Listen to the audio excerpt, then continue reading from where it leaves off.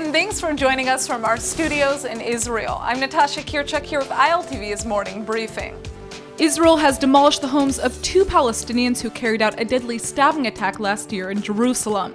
The IDF collaborated with border police units to destroy the homes of Isa Asaf and Anan Hasba in the West Bank's Kalandia refugee camp.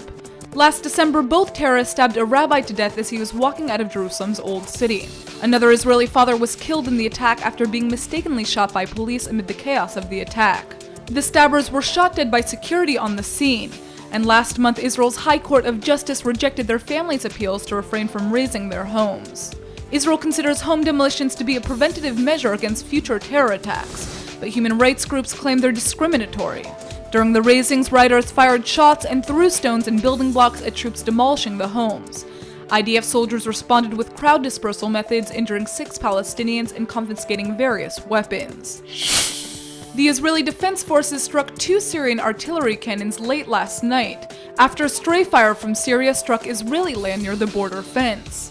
No Israeli civilians or soldiers were injured by the wayward shells, but the Israeli-Syrian border fence was damaged. Even though Israel has maintained an official policy of non-intervention in the Syrian civil war, the IDF generally responds quickly to errant fire, hitting Syrian positions hours after an incident takes place. It's not immediately clear which group on the Syrian side was responsible for the stray fire this time around, but the IDF holds Syrian President Bashar al-Assad and his military responsible for any disturbances on the border. The government has approved construction plans for about 800 new housing units in East Jerusalem and the West Bank, as well as hundreds more for an Arab neighborhood east of Jerusalem. 600 of the new homes will be for Arab residents of the Jerusalem neighborhood of Beit Safafa and East Jerusalem. Another 560 new units will be built in the Jewish town of Ma'ale Adumim, and 240 units will be constructed in the East Jerusalem neighborhoods of Ramot and Har Homa. The decision to allow 600 new homes in Arab East Jerusalem has been criticized by the Minister for Jerusalem Affairs, Ze'ev Elkin, who's complaining that the Jewish neighborhood of Givat Hamatos just next door is being overlooked. Yet in response to recent terror attacks in the West Bank, Prime Minister Netanyahu says that a series of measures are being taken to strengthen the Jewish communities in Jerusalem and the West Bank. The Turkish president claims he consulted with the Palestinian Authority and Hamas before moving forward with Turkey's reconciliation deal with Israel.